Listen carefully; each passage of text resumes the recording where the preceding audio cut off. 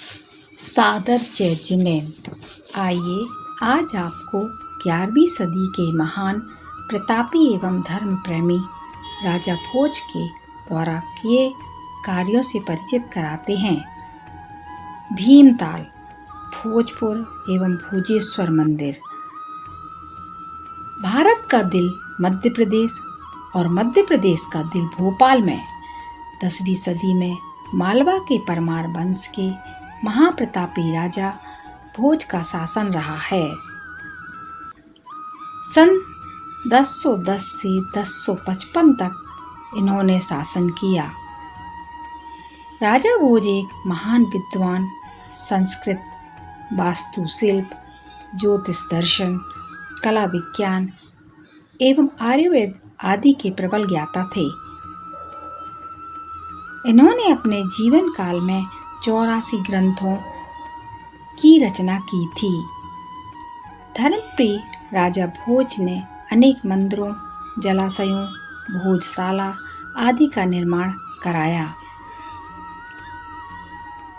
अपने जीवन काल में चर्म रोग हो जाने से राजवैद्य ने 365 नदियों के जल से रोग मुक्त होने के उपाय स्वरूप उन्होंने एक विशाल जलाशय का निर्माण वर्तमान भोपाल से 32 किलोमीटर दूर भोजपुर में कराया था। इसमें मुख्य नदी बेतवा एवं अन्य सहायक नदियों की कुल 365 धाराओं के जल को एकत्रित किया गया, जिसे विशाल आकार के कारण भीमताल के नाम से जाना जाता था।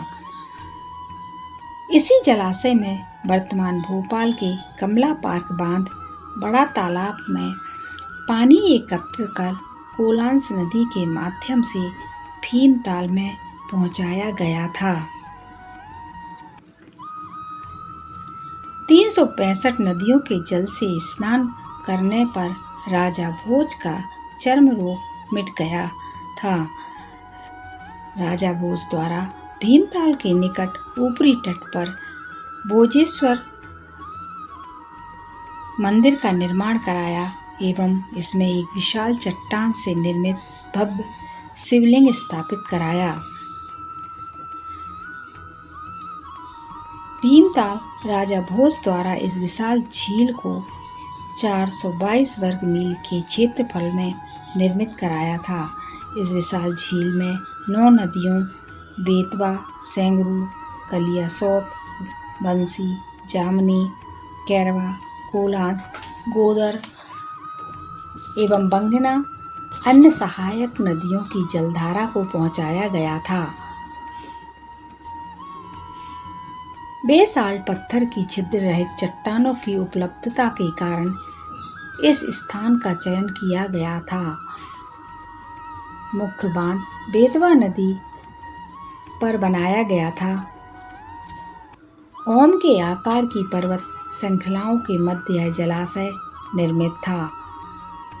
जलाशय की सीमाएं वर्तमान भोपाल, आशापुरी, गोहरगंज, चिकलौत, तामोद आदि ग्रामों तक फैली हुई थी।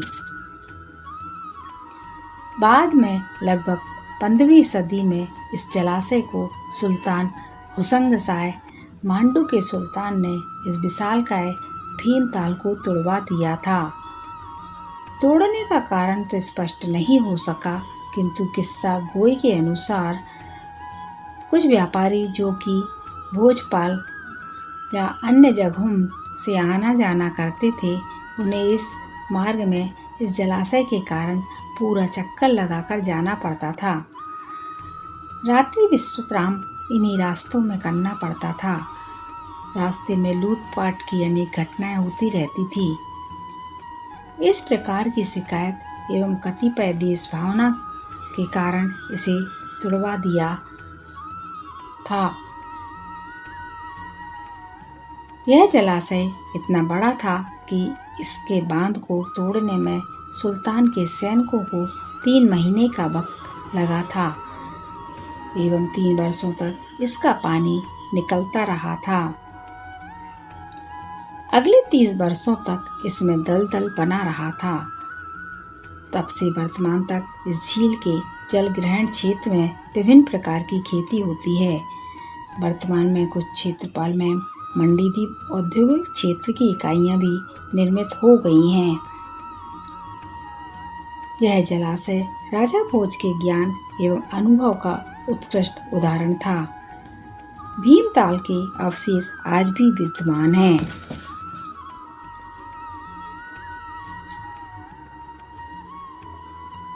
भोजपुर ग्राम स्थित भोजेश्वर मंदिर भव्यतम एवं विशाल मंदिर संरचना है।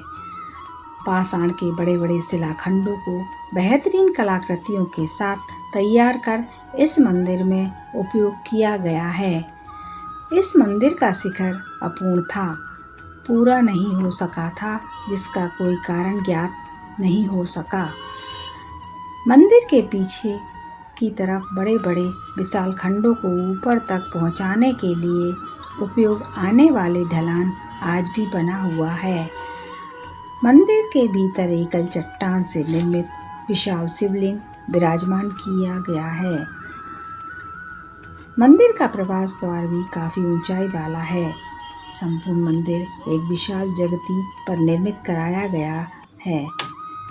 बाहर की ओर शिवलिंग के सामने ही विशाल पाषाण नंदी भी विराजमान है। आसपास की चट्टानों पर मंदिर में उपयोग किए गए खंभे, झरोके, छत आदि की डिजाइन उकेरी गई है, जिसके आधार पर मंदिर का निर्माण हुआ है। आशापुरी भोजपुर के निकट ग्राम में अभी भी हजारों की संख्या में मंदिरों के निर्माण में उपयोगी चट्टानें बिखरी पड़ी हैं। ग्राम स्थित संग्रहालय में इस क्षेत्र में प्राप्त पुरातत्व के महत्व की अनेक मूर्तियां एवं प्रस्तर फलक आदि रखे गए हैं। भोजेश्वर मंदिर के निकट में ही उसी समय में निर्मित भगवान शांतिनाथ की प्राचीन खड़गासन प्रतिमा जिनालय भी निर्मित है। राजा भोज के समय में ही जैन मुनि मानतुंगाचार्य जी को कारणवश 48 तालों में लोहे की जंजीरों में बांधकर बंद कर दिया था। तब मुनिराज ने अपनी तप साधना के बल पर 48 काव्यों की रचना की थी, जिसे भक्तांबर स्तोत्र में बतलाया गया है। प्रत्येक काव्य के पठन स्मरण से उन्हें इन सभी 48 तालों से स्वतः ही मुक्ति प्राप्त हो गई थी।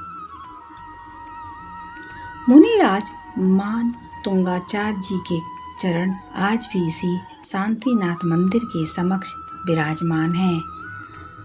भारी संख्या में जैन यात्री यहाँ आते रहते हैं। उपरोक्त समस्त प्रमाण राजा भोज के सृजनशील व्यक्तित्व, धार्मिक उदारता, कला एवं विज्ञान के ज्ञान पारखी होने के आसपास के क्षेत्र में मिलते हैं। राजा भोज द्वारा भीमताल, भोजताल, भोजेश्वर मंदिर, आशापुरी के मंदिर, उज्जैन के महाकालेश्वर मंदिर का पुनरोद्धार, भोजशाला, धार आदि के निर्माण की कहानियां प्रचलित हैं। धन्यवाद।